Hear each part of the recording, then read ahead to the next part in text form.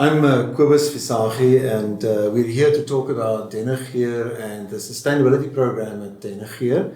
And with me is Andrew, and I would like you to introduce yourself. Thanks. It'll be nice to hear a little bit more about what you do and how you got involved in Dennegeur and all that. Sure. Thanks. So my name is Andrew Purnell, and I'm from a company called EcoFarms, and I've been helping Dennegeur with all aspects of their environmental management, and now that's sort of developing into their sustainability strategy for about 5 years now. What's nice is that my whole business has really grown and evolved out of my contact with Dennegeur and understanding the needs of farmers for environmental compliance and environmental management. Hmm. Yeah. And Andrew, the program that you're involved with at Dennegeur, environmental management, what does it entail? What is it about? Sure. So initially they asked me to draft a biodiversity management plan, because on Global Gap it says, do you have a biodiversity management plan? And so understanding their needs and understanding they've got 7 different compliance audits they need to submit every year, and each standard has slightly different requirements. And so when we looked at all of that and spoke a little bit more to other people in the industry, we kind of figured out that maybe that's the wrong way of going about environmental management, is being sort of unstrategic and reactive to the external needs of the market. Rather, we should start off to try and identify what the actual impacts are of our specific farming practices on the unique ecosystems on and around our farm. So we have a risk-based approach to environmental management, and that's working really well. And I think the market understands that their compliance audits are there to get producers on the right path, on a journey towards continuous improvement around environmental management. And when we tell them what we've been doing on the farm, they're always really impressed, and they understand that doing it from the bottom up is the right way of doing it. So if I understand you correctly, you're saying you recognize the value of a compliance audit and all that goes with that, but the drive should come from inside, from the company itself, from the farm itself, and do what is right rather than do because it's asked to be done. Exactly, and that's one of the most important things for the uptake of sustainability in the corporate world across all industries. Is it must be aligned to the values of the leadership and the company, and it must be, you need to galvanize your team around making a tangible difference to something that's really worthwhile and close to their hearts. Yeah. So I think if you look at how compliance audits start, basically you've got retailers far away in Europe who don't understand the growing conditions on the producer farms, and they ask the retailers questions like, are they burning down the rainforest to plant these apple trees in South Africa?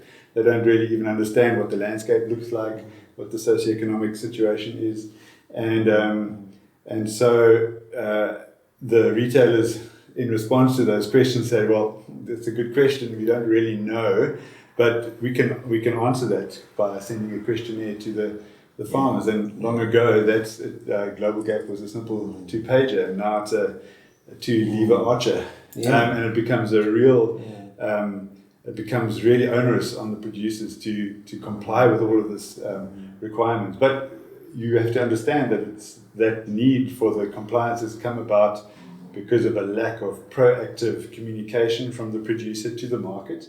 And so those questions are being posed, and the retailers also have to comply with government regulations and best practice guidelines and their own sustainability indicators that's helping them to improve the sustainability of their businesses. So it's understandable that those questions come. it just gets confusing for the farmers when there are so many different compliance audits. And so whilst we still have to go through the motions and we try and include, actually one of the first things we did was we listed all of the different compliance requirements and turned every question into a management activity. We grouped all those activities under objectives and key performance areas, and we did that for every standard. And wherever possible, we combined the actions to tick or the requirements of more than one standard, but otherwise we would add another management action under a similar objective.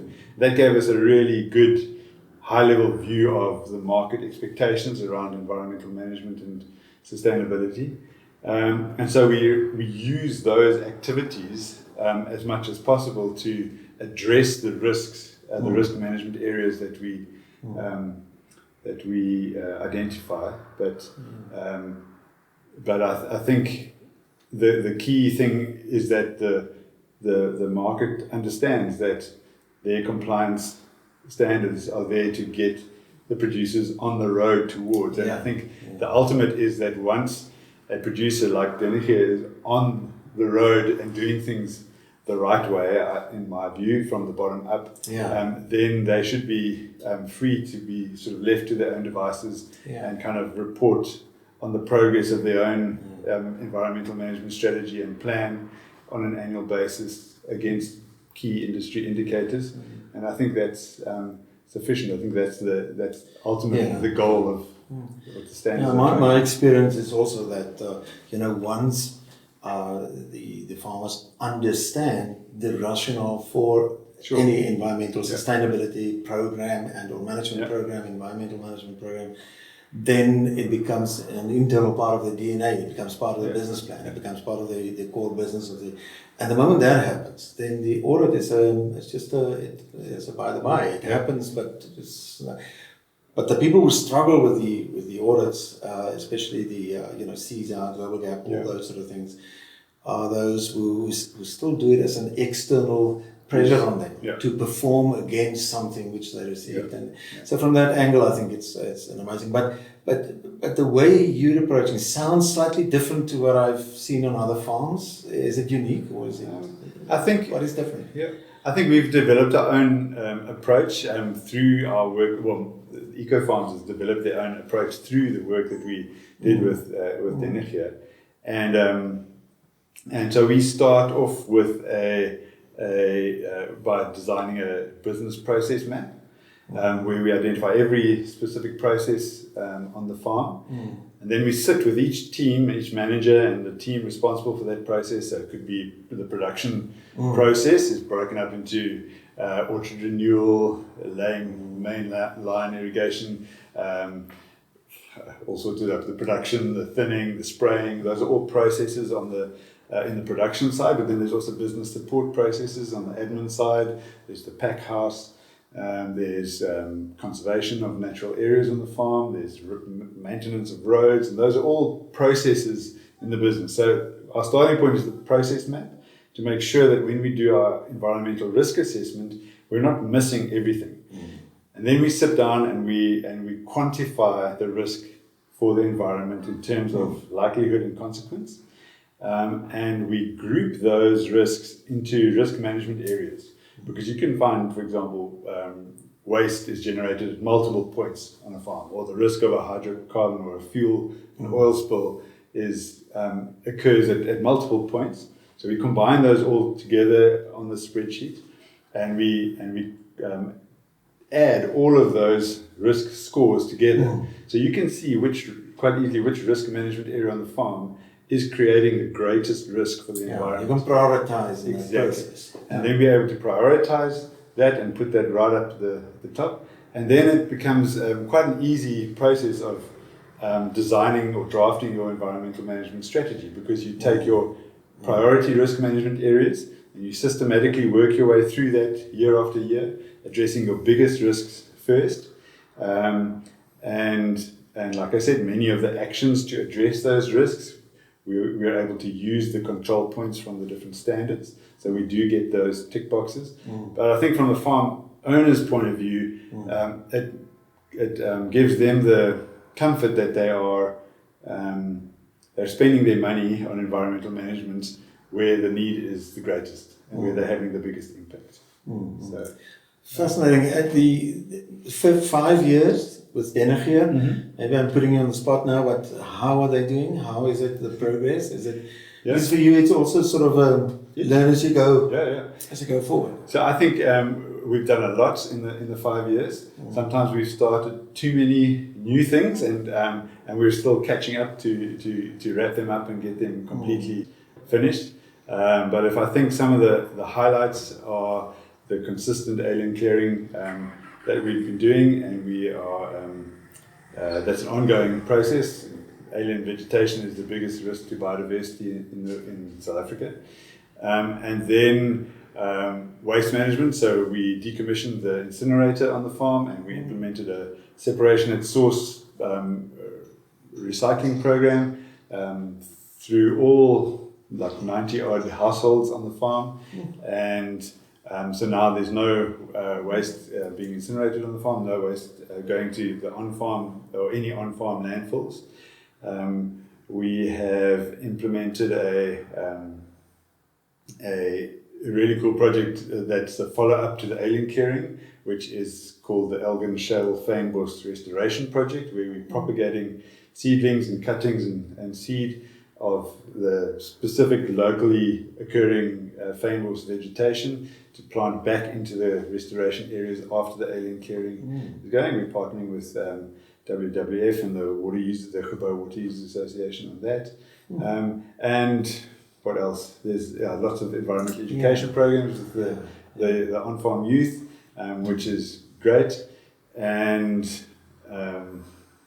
many other because I'm projects. one of the directors of the Dennegeur Foundation, and I have seen many of these sort of educational programs. It's integrated programs. It's not a specific, but it's part of a curriculum almost for some of the, especially the younger people and the children on the farm and so. And I think it's amazing because the awareness is fairly high. That I picked it up in recent discussions again. There's a big awareness for sustainability, for environmental friendliness in whatever you do and however you operate. And I think it's due to this program. Without it, it probably wouldn't have happened. Do we have similar programs on other farms or you're aware of? Or is yes, all of my client farms that I'm working with, we adopt the same approach to environmental management. Many of the farms have got a lot of good programs and a lot of good initiatives. Sometimes one finds that they're a little bit disjointed, and the ability to communicate the sustainability strategy, both from an environmental point of view and a social development point of view, is not really there. It's sort of lacking the story. And so that's what we're getting into now with Dennegeur, and also working with. We're looking at getting much more involved with this whole Sherpa self-assessment tool for sustainability, and using that as our platform to performance manage our environmental and social initiatives on the farm, which is great. And but I think Dennegeur, their social programs have always been really well developed, long before I got there. So there's very little value I feel I can add in the social space with Dennegeur, but with other clients I'm also helping them a little bit with the social side. But what we are doing at Dennegeur, which is kind of the next thing, is we're, instead of focusing just on environmental management, we're now looking at how do we put a sustainability framework in place that guides the environmental management and their social development and other business performance aspects of the business. So it's all exciting. It's sort of journey, and I can't claim to know it all, because my business has grown with a lot of knowledge and practical advice and assistance from the farm managers that I work with on the farms, and so that's all great. That's fantastic. Are there any specific challenges that you think that you find sort of difficult to overcome, regardless of the fact that you actually get a lot of support from management and everybody else. But I think the biggest challenge is to avoid biting off more than you can chew, and to be focused. And I think that's also where the prioritization helps, because with so many requirements and so many control points with all of these audit schedules, you can lose your head trying to decide where do we start. Yeah. Whereas having a clear roadmap of addressing your most important things first, that really helps.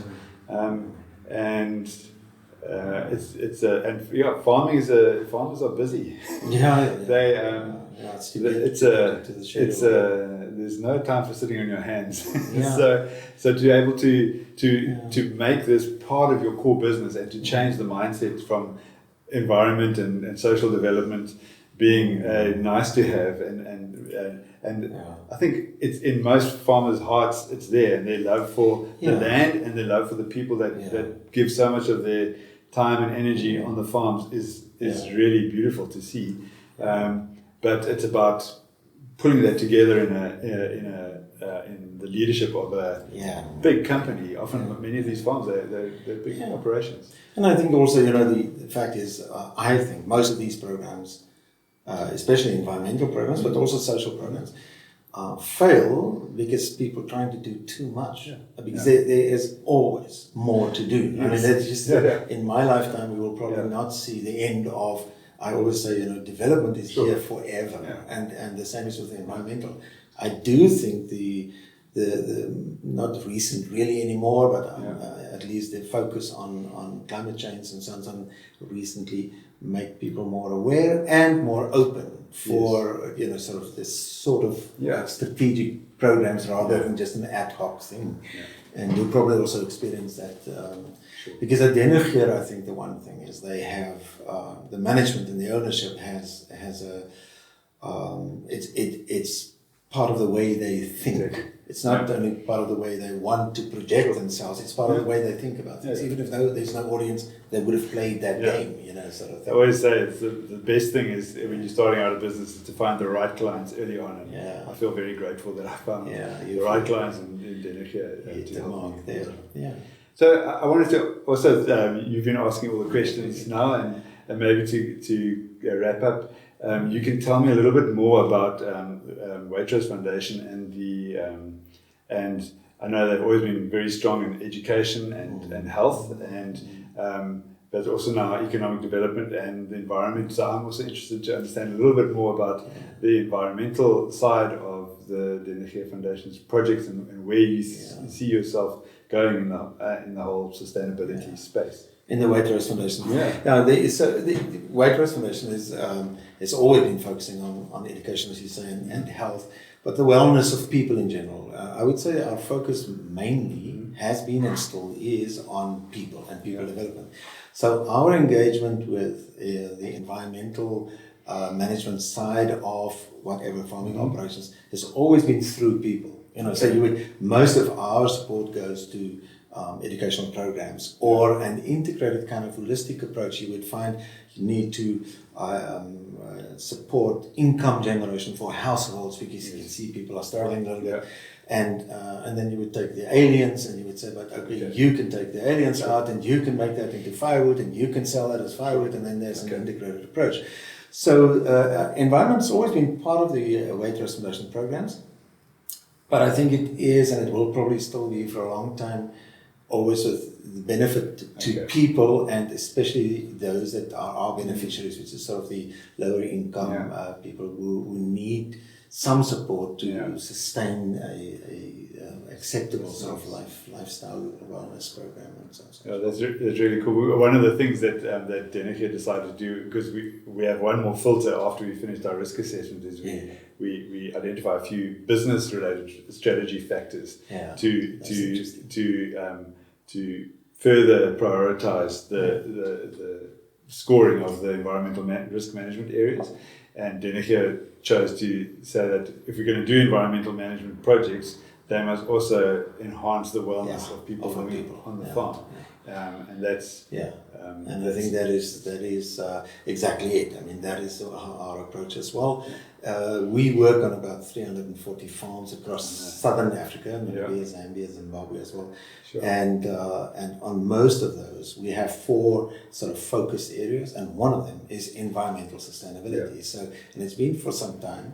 As I say, it's slightly more of a challenge to get involved in direct sustainability issues or on the implementation of environmental management programs, because our focus is and should always be on the people side. But it's there, and it is part of our agenda. And I'm for one very proud to be part of the Dennegeur attempt or efforts in this regard, because it is an example I can show. It's an example I can point out to others, and that is fantastic. Andrew, it was amazing. Thank you so much. Thank you very much for your time, and I think it was really informative. Thank you so much. Thank you. I mean, from what I hear from your explanation about the Waitrose Foundation's focus is that I need to be a little bit more creative in how I bring the combination between environment and people together. So I'm going to put my creative thinking cap on and engage with people on the farm, and we'll see what we can come up with in the future. And you know where to find me, because I will be very keen to be part of that. Super. Thanks so much.